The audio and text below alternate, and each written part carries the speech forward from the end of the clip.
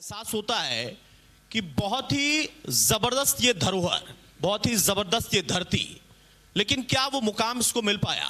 और अगर वो मुकाम नहीं मिल पाया तो उसमें कहां कमी रह गई थी, किन सरकारों की कमी रह गई थी? हर सरकार काम करती है, इसमें कोई शक नहीं है, लेकिन सरकारों के दौर में जो काम होते हैं वो बहुत सालों तक याद किए जाते हैं, क्योंकि दूरदर्शी वो काम होते हैं। एक मेयर के तौर पर भी बड़ी जिम्मेदारी हो जाती है, प्रथम व्यक्ति वो हो जाते हैं, और उस पूरे शहर को किस तरीके से सहेजना है, आधारभूत संरचना को कैसे बनाना है, और जो बिगड़ा हुआ है उसको कैसे संवारना है, ये सारी चुनौतियां होती हैं। उमेश जी, चुनौतियां तो हैं, और चुनौती आप लोग बहुत बेहतर तरीके से स्वीकार भी करते हैं। आज इंडिया न्यूज के इस अधिवेशन के मंच पर सबसे पहले जो आपके दिल में था कि हाँ, मैं इस मुकाम पर जब पहुंचूंगा, ये जिम्मेदारी जब मुझे दी जाएगी तो मुझे ऐसी तस्वीर बना देनी है जो बिगड़ गई है या बिगाड़ दी गई है, वो क्या था आपके दिल में? देखिए, बरेली में विकास थम गया था। लोगों को लगता था कि ये बरेली छोड़ के किसी और सिटी में चला जाना चाहिए जी। तो मुझे लगता था कि अगर बरेली की जनता मुझे इस लायक समझेगी कि मुझे इस कुर्सी पर बिठाए तो बरेली की सूरत निश्चित रूप से बदली जाएगी। और शायद वही वजह है कि इन 4 सालों में, जो 4 साल मेरे पूरे होने वाले हैं कार्यकाल के, जी, बरेली ने बहुत बड़ा बदलाव देखा है। आशीष मेरे सहयोगी भी हैं, और चूंकि आशीष यहीं पर रहते हैं और बखूबी मेरे से ज्यादा बेहतर जानते हैं। आशीष, जैसा कह रहे उमेश जी, वाकई माने, क्योंकि कहने को तो होता है, लेकिन खुद जब आप वहां पर रहते हैं, महसूस करते हैं, पत्रकारिता भी करते हैं और वासी भी हैं, तो क्या लगता है कि वो मूलचूल कितना परिवर्तन हुआ जो वाकई कह रहे हैं और हम मान भी लें, स्वीकार भी करें, शहर को उसका लाभ मिल रहा है? जी बिल्कुल अतुल, जैसा आपने कहा कि चूंकि मैं यहाँ पर रहता हूँ और इसी शहर में जन्मा हूँ, तो यहाँ की तासीर को भी समझता हूँ। चूंकि पत्रकारिता करता हूँ, इसलिए चीज़ों को, मसलों को बारीकी से समझ रहे हैं। अब मैं आपको बताऊँ कि बरेली शहर जो है इस समय करेक्शन के पीरियड से गुजर रहा है। एक आम आदमी से आप बात करेंगे तो वो बताएगा कि हाँ, शहर की सड़कें उधड़ी हुई हैं, स्मार्ट सिटी घोषित हो गया है, लेकिन मेयर साहब जितनी तेज़ी से यहाँ पर काम करा रहे हैं, यहाँ पर अमृत योजना के तहत सीवर लाइन पड़ गई है और तमाम सड़कों का निर्माण चल रहा है, हाई मास्ट लाइटें लग रही हैं, तो उसको देखकर अब से 2 से 3 महीने के अंदर जो बरेली की तस्वीर है वो पूरी तरह से बदली हुई मिलेंगी। यानी आप ये कह रहे हैं शहर उखड़ा हुआ है, लेकिन सूरत बदलने के लिए उखड़ा है वो? जी ठीक है। अब आप, हाँ, जी उमेश जी। देखिए, मैं बरेली की जो सूरत है, क्योंकि जैसे अगर घर में हमारे नया, अगर हमारे बेटा है, उसकी शादी होती है तो परिवार बढ़ता है। परिवार बढ़ता है तो हमें लगता है कि अब कमरा बढ़ना चाहिए, और जब कमरा बनता है उसी घर में तो बड़ी तकलीफ तो थोड़ी आती है। कई बार जो खाना बन रहा होता है वो भी कसेला सा हो जाता है, क्योंकि घर में ही बन रहा है, उसी में कमरा का भी निर्माण कर रहा है। निर्माण होने में लगभग 1 साल का समय लगता है, लेकिन जब निर्माण हो जाता है तो हमें ही सबसे ज़्यादा खुशी होती है और हमारा परिवार बढ़ रहा है। और जो पड़ोसी होते हैं, जब एक कमरा भी चाहे हमारे घर में बन रहा हो तो उनको भी ये समझ में आता है कि पड़ोसी का घर बन रहा है, इसकी तरक्की हो रही है। इसी तरह बरेली, क्योंकि जनसंख्या अगर हम देखें, बरेली की लगातार बढ़ रही है। रोडें वही नैरो थी, छोटी रोडें थी, सीवर लाइन छोटी थी, किसी ने उसके बारे में बदलने के बारे में सोचा नहीं। इसलिए अब मैं तो कहता हूँ, यहाँ पर बरेली के लोग बैठे हैं, जो बुजुर्गों उनसे भी ये पूछ के देखिए कि आज़ादी के बाद से और अब तक क्या इतना काम होते हुए बरेली में देखा है जितना काम अब चल रहा है? नहीं, ये आजादी कौन सी वाली है? वो 1947 वाली। ऐसा तो नहीं है 14 वाली आजादी। हम 1947 की बात कर रहे हैं। हाँ। क्योंकि अभी भी 32 साल नगर निगम का भी इतिहास हो गया। बहुत सारे क्षेत्र, जिसमें मैं 1-2 नाम ले लेता हूं, कंजादासपुर, नगरिया परिक्षेत्र, नदौसी, बुखारपुरा, जहां आज भी पानी की लाइन नहीं थी। कभी किसी ने सोचा नहीं। हमारे पास, भारतीय जनता पार्टी के पास 17 साल बाद ये सीट आई है मेयर की। कभी किसी ने सोचा नहीं था कि यहाँ पानी की लाइन होनी चाहिए। नगर निगम क्षेत्र में पानी की लाइन नहीं दे पा रहे हैं, वो भी मैंने सैंक्शन की है। और 28 करोड़ रुपए से 50,000 घरों में जो आज तक जी रहे थे बिना पानी के, उन्हें अगले साल पानी मिलने जा रहा है। काम शुरू हो गया है। तो इस तरह के बहुत सारे काम, सीवर लाइन जो 20 साल पहले खत्म हो चुकी थी, जगह जगह टूटती ही रहती थी, लगातार सीवर बहता रहता था, किसी ने सोचा ही नहीं कि इसको भी, क्योंकि हिम्मत चाहिए। अगर चीज बदलनी है तो थोड़ी परेशानी तो आएगी, तो परेशानी कौन झेले? नेता खासतौर से परेशानी से बचना चाहते थे। उसमें भी हमने हिम्मत करी और पूरी sewer line, trunk line, main बदल दी। 80 करोड़ रुपए से लाइन बदली गई, सारी सड़कें चौड़ी हो रही हैं। एक इंटरेस्टिंग बात और बताता हूं मैं जी। रात को माताएं बहनें जब निकलती थी, खासतौर से जो हमारे छोटा तबका होता है, जहां हमारे मजदूर भाई बहन रहते हैं, वहां के लोग तो वहां की माताएं बहनें तो रात को निकलने से भी डरती थी, क्योंकि अंधेरा ही अंधेरा था। 30,000 लाइटें मात्र थी। 2017 दिसंबर में जब मैंने मेयर का पद संभाला, पूरे शहर में मात्र 30,000 लाइटें, और इन 4 सालों में हमने 30,000 लाइटें और लगा दी। यानी कि आजादी के 70 साल में 30,000 और 4 साल में 30,000। अब माताएं और बहनें सम्मान के साथ निकलती हैं रात को भी, उनको लगता है कि सूरज की तरह लाइट दिख रही है। ठीक है, लेकिन राजनीतिक तौर पर इसको हम कैसे देखें? क्या एक टास्क भी था कि हाँ हमें उस पद को भी संभालना है, आपको चुना गया, शहर वासियों की उन तमाम बुनियादी जो जरूरतें हैं उनको तो पूरा करना ही था, लेकिन राजनीतिक तौर पर एक छाप भी छोड़नी थी, क्योंकि आप लोग सक्रिय राजनीति में भी हैं। तो वहां उन दोनों चीजों को टास्क के तौर पर आपने कैसे संभाला? क्योंकि जब कहीं भी बदलाव होता है, तोड़फोड़ होती है, तो कई बार शहर के लोग जिनके लिए आप कर रहे हैं वो भी आजिज हो जाते हैं कि अरे भाई टूटा फूटा ही चल रहा है, चलता ही चल रहा है। वहां पर कभी चुनौती आई, कभी नाराजगी झेलनी पड़ी? बहुत नाराजगी झेलनी पड़ी। बहुत सारे लोगों ने कहा कि भाई चुनाव लड़ने हैं, आगे इलेक्शन होना है, कहां चक्करों में पड़े हो, विकास ही मत करो। हाँ।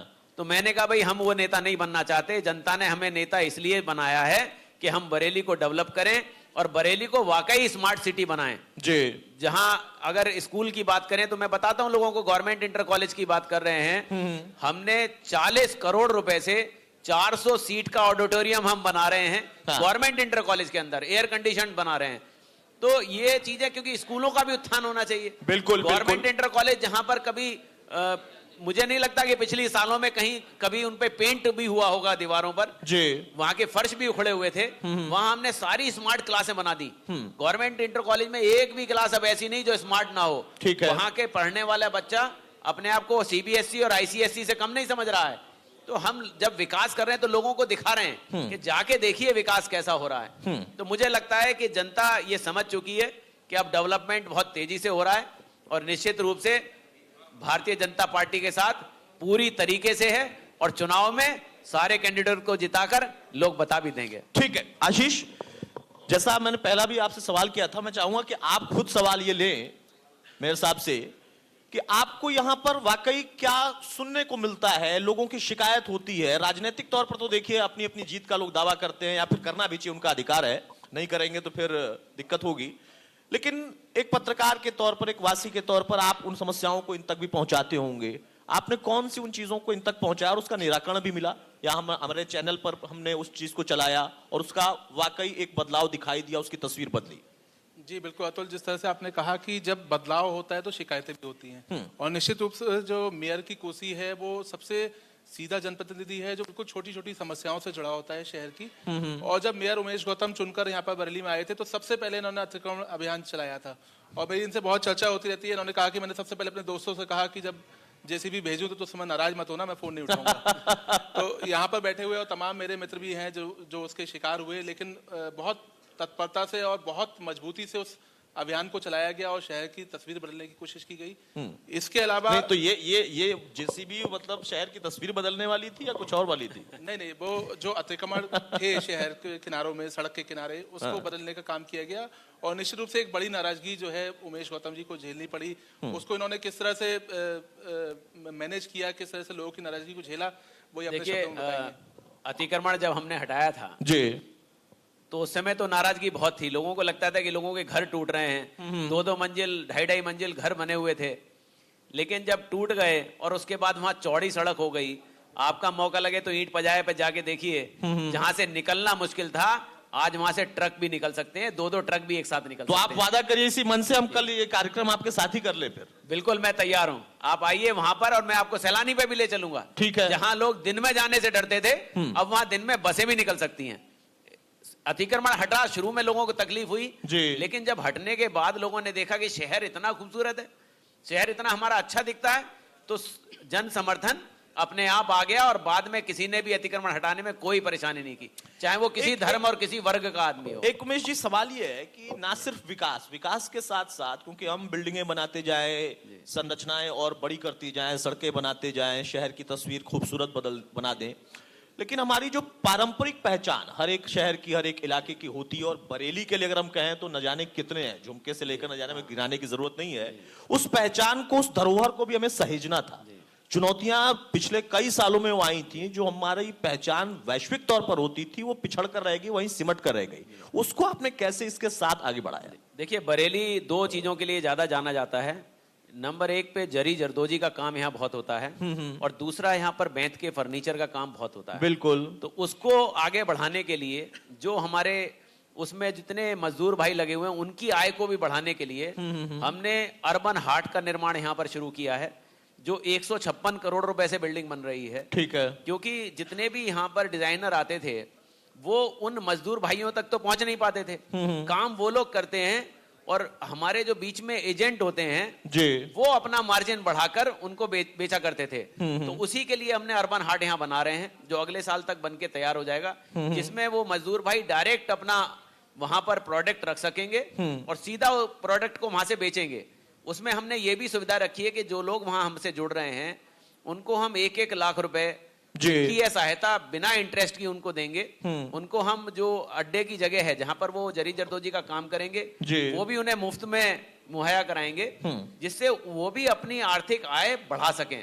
तो ये काम, क्योंकि बरेली जरी जरदोजी और फर्नीचर के लिए जाना जाता है, तो ये दोनों काम बढ़ाने के लिए भी हमने काम किया है, और बहुत ही डिजाइनर्स का भी हमें समर्थन मिल रहा है। इसमें क्या प्रदेश सरकार की जो योजना है, वन डिस्ट्रिक्ट वन प्रोडक्ट की योजना, या उसके अलावा केंद्र की बहुत सारी योजना, मोदी जी इन चीजों को लेकर बड़े ही सक्रिय रहते हैं, बड़े संजीदा रहते हैं। तो उन दोनों योजनाओं को, यानी प्रदेश और केंद्र की योजनाओं का भी कहीं इसमें सपोर्ट आप ले रहे हैं? जी, इसमें हम एक शो विंडो बना रहे हैं जहां पर सारे 75 उत्पाद जो हमारे उत्तर प्रदेश के हैं वो सारे भी वहां रहेंगे, सारे जिलों के उत्पाद भी वहां रहेंगे, और हमारे जिले के लिए तो बड़ा रहेगा ही, लेकिन हम इसमें पूरे उत्तर प्रदेश के भी एक शो विंडो बना रहे हैं। जितने भी उत्पाद हैं वो एक जगह देखने को मिलेंगे। तो ये बहुत बड़ा सेंटर है, इसमें एग्जीबिशन सेंटर भी है, इसमें कॉन्फ्रेंस हॉल भी है, जिससे कि बड़े अगर डिजाइनर्स आते हैं वो लोग भी देख सकते हैं। तो निश्चित रूप से पूरे उत्तर प्रदेश का भी सामान एक ही जगह यहाँ पर भी मिल सकता है। उमेश जी, इसमें रोक के मैं एक सवाल लूंगा। जब आप कहते हैं कि बड़े डिजाइनर भी आएंगे और छोटे कामगारों को ज्यादा लाभ मिलेगा, बीच वाले जो थे बिचौलिए थे उनको हमने हटाने का काम किया, सवाल यहाँ पर ये हो जाता है कि एक छवि बन गई थी प्रदेश की कि यहाँ पर बड़ा तो कोई आएगा ही नहीं, बाहर का तो कोई आएगा ही नहीं। राजनीतिक तौर पर वो कुछ बदला है आपने, आपको लगता है, या सरकार के काम की वजह से वो बदलाव आया है, या ये सिर्फ बातें हैं? क्योंकि राजनीतिक तौर पर ये आरोप लगता है आप लोगों पर कि बातें तो हैं, समिट करा देते हैं, बहुत सारी चीजें आप ऐलान कर देते हैं, पर वो धरातल पर नहीं है। बहुत चर्चा है आजकल इसकी। देखिए, ये तो आप जनता से पूछिए।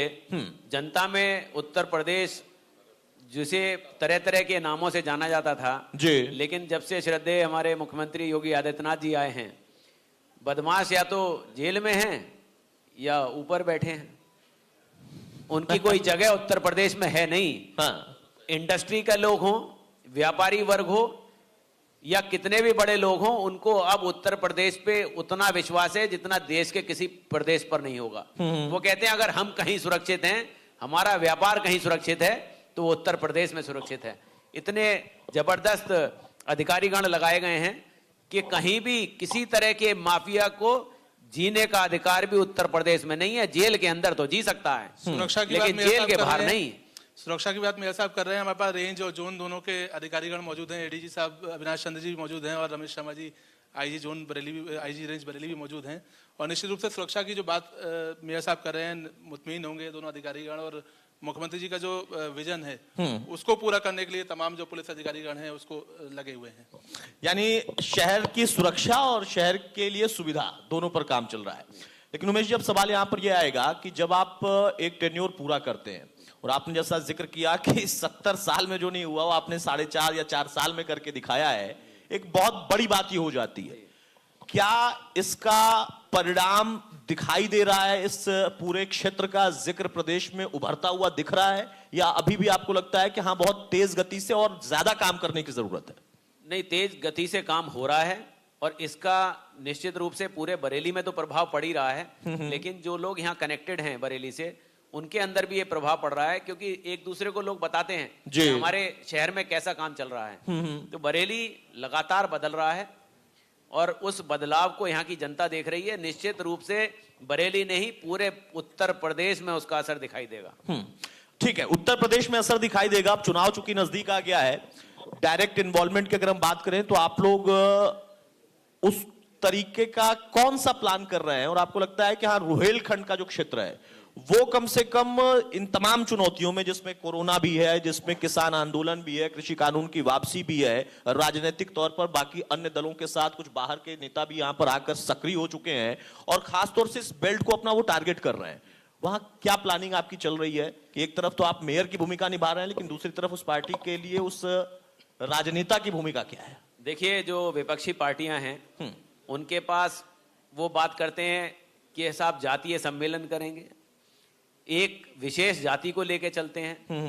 भारतीय जनता पार्टी सभी वर्ग को लेकर चल रही है, सभी जातियों को साथ लेकर चलती है। सम्मेलन तो आप भी करते हैं, ऐसा नहीं आप नहीं करते हैं। लेकिन हमारा स्लोगन भी है कि सबका साथ। अच्छा, और सबका आपका सम्मेलन सबका सम्मेलन होता है। सबका सम्मेलन, हाँ। क्योंकि सारी जाति, क्योंकि एक विशेष जाति के लिए उससे यह समझा जा सकता है कि किस तरह की भावना प्रदेश में लोग पैदा करना चाहते हैं जी।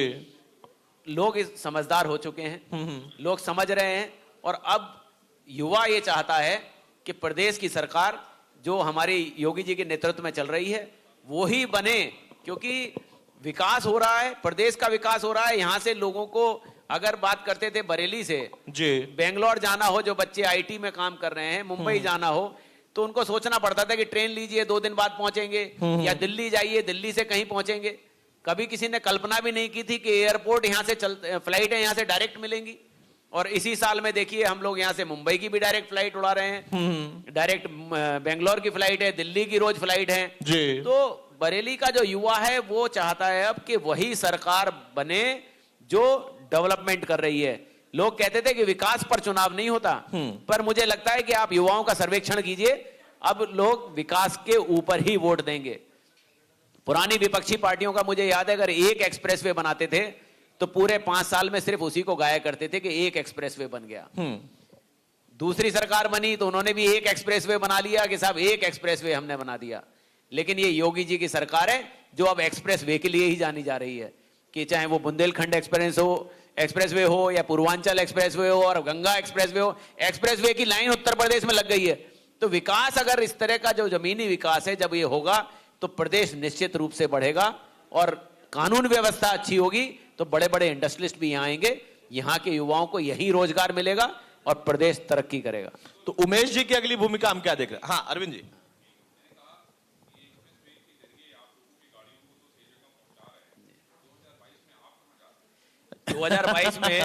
2022 में हम पूर्ण बहुमत की सरकार बना रहे हैं।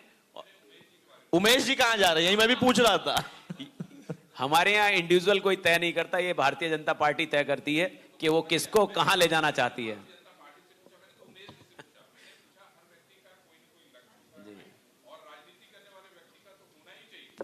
उसे आप महत्वाकांक्षा कह लें और पॉजिटिव वे में कह लें, हाँ नहीं कह सकते। देखिए, मैंने पार्टी को ये निवेदन कर दिया है कि मैं विधानसभा चुनाव लड़ने के लिए तैयार हूं, आपके आदेश की प्रतीक्षा। भाई देखिए, जोरदार ताली बजा दीजिए।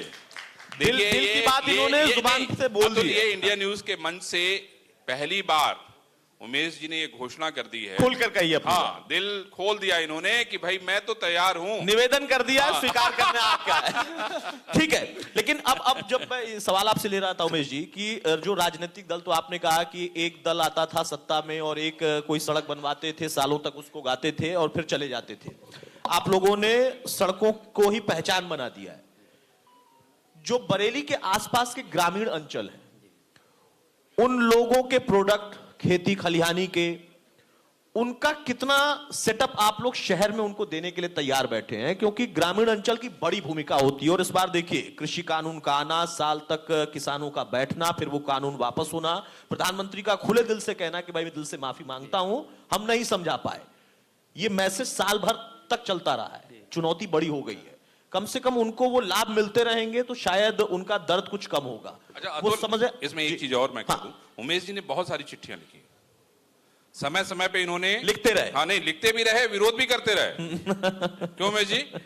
चिट्ठियों का असर वो चुनौती, इसीलिए मैं कह रहा हूं, चुनौती इन तक पहुंच रही होगी क्या, किस इलाके में कौन से लोग नाराज बैठे हैं या क्या उनकी दिक्कतें हैं। आशीष इसीलिए मुस्कुरा भी रहा है कि इसने चिट्ठियों की जिक्र इसीलिए नहीं किया कि उमेश जी के बगल में रहना है। नहीं, उमेश जी। देखिए चिट्ठियां लिखनी इसलिए जरूरी है कि अगर आप जिंदा हैं तो जिंदा नजर आना भी चाहिए। क्या बात खाली है? इसलिए नहीं है कि आप कुर्सी पे किसी पे बैठ गए हैं तो वहां बैठने के लिए ही हैं। इसलिए अगर मेरा किसी से विरोध है तो वो विरोध खुल के दिखाई भी देना चाहिए, और मेरा विरोध सिर्फ विकास कार्यों के लिए है। अगर विकास कार्यों में कोई भी बाधा बनता है तो उसका मैं चिट्ठियां लिखकर भी और हर मंच पर विरोध भी करता हूं। तो चिट्ठी लिखने से परिणाम कुछ मिलता था? बिल्कुल मिलता है।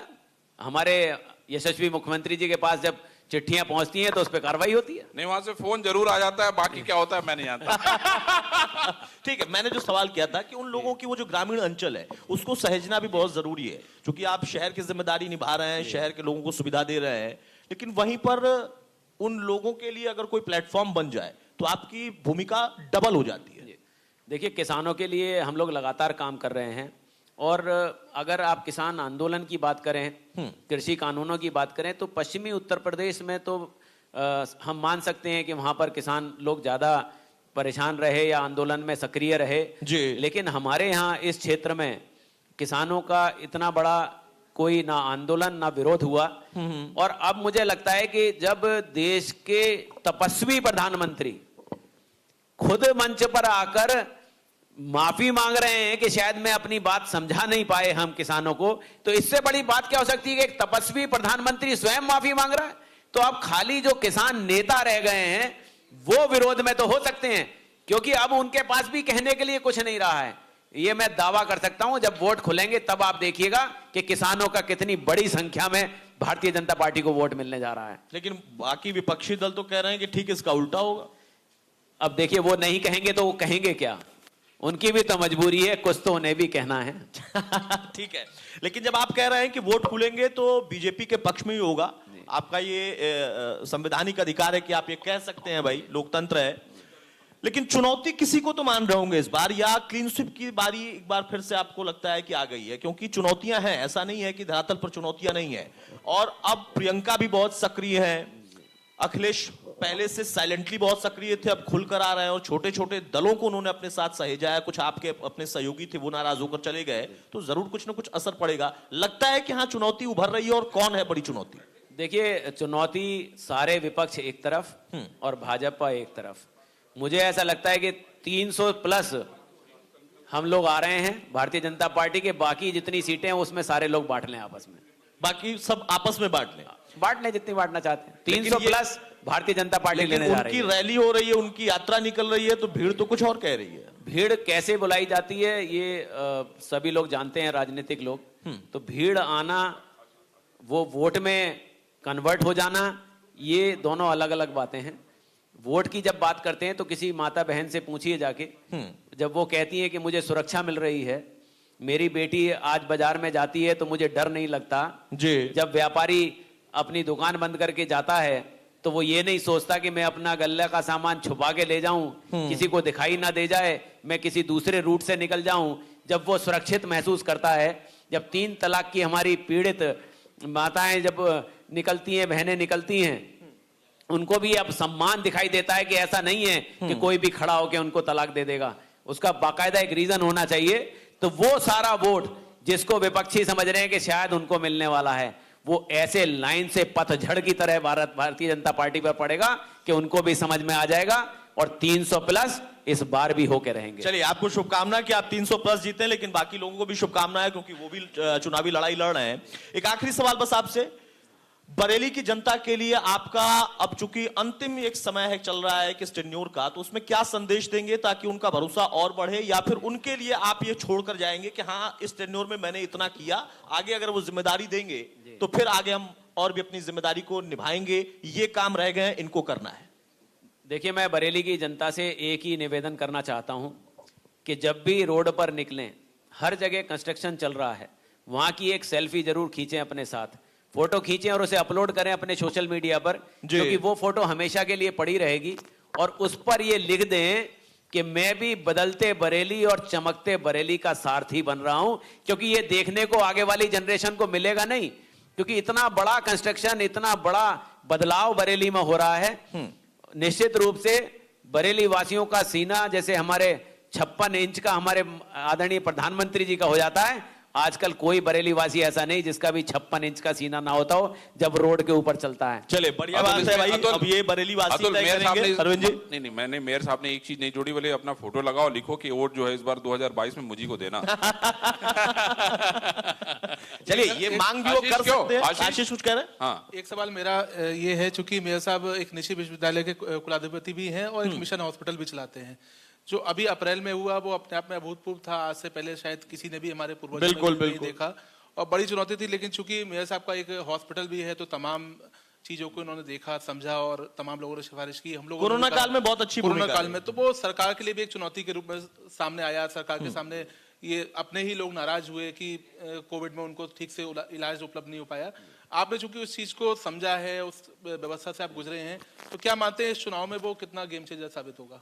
देखिए, पार्टी के लिए और व्यक्तिगत दोनों। मैं हॉस्पिटल के लिए बरेली की जनता की बात करता हूं कि प्राइवेट हॉस्पिटल में अगर हम इस रुहेलखंड रीजन की बात करें तो पहला हॉस्पिटल मिशन अस्पताल है जो 15 दिसंबर तक ऑक्सीजन प्लांट जहां चालू हो जाएगा, लगना शुरू हो गया है, चालू हो जाएगा कि अगर इस तरह की कोई वेव भगवान ना करे कि कभी कोई आती है तो उसकी लड़ाई लड़ने के लिए भी हम लोग तैयार हैं। ठीक है। तो हम हर तरह से हर सेवा के लिए बरेली की तैयार हैं और बरेली की जनता जब जो आदेश देगी निश्चित रूप से उसका पालन भी होगा और उनके मतलब आदेश को आपने माना भी आपने जाएगा। दिल से सेवा कर दी है। अब और उसका आशीर्वाद मेवा देना भी जनता मिलेगा, का क्यों? काम है। अब मेवा मिलेगा नहीं मिलेगा ये जनता को तय करना है। चलिए बहुत जनता को शुक्रिया तय उमेश जी करने हमारे साथ दीजिए। मन साझा करने के लिए, अपनी बात रखने के लिए और खुलकर ये कहने के लिए कि चुनौती थी, हमने स्वीकार किया और चुनौती स्वीकार करना एक नेता का धर्म होता है। और जब आप उस पद पर जाते हैं, कोई जिम्मेदारी आपको मिलती है तो फिर उसको आपको डटकर मुकाबले के साथ निभाना ही पड़ता है, जो आप कर भी रहे हैं। बहुत शुक्रिया एक बार फिर से हमारे साथ मन साझा करने के लिए। सुरभि, तो चलिए अब इस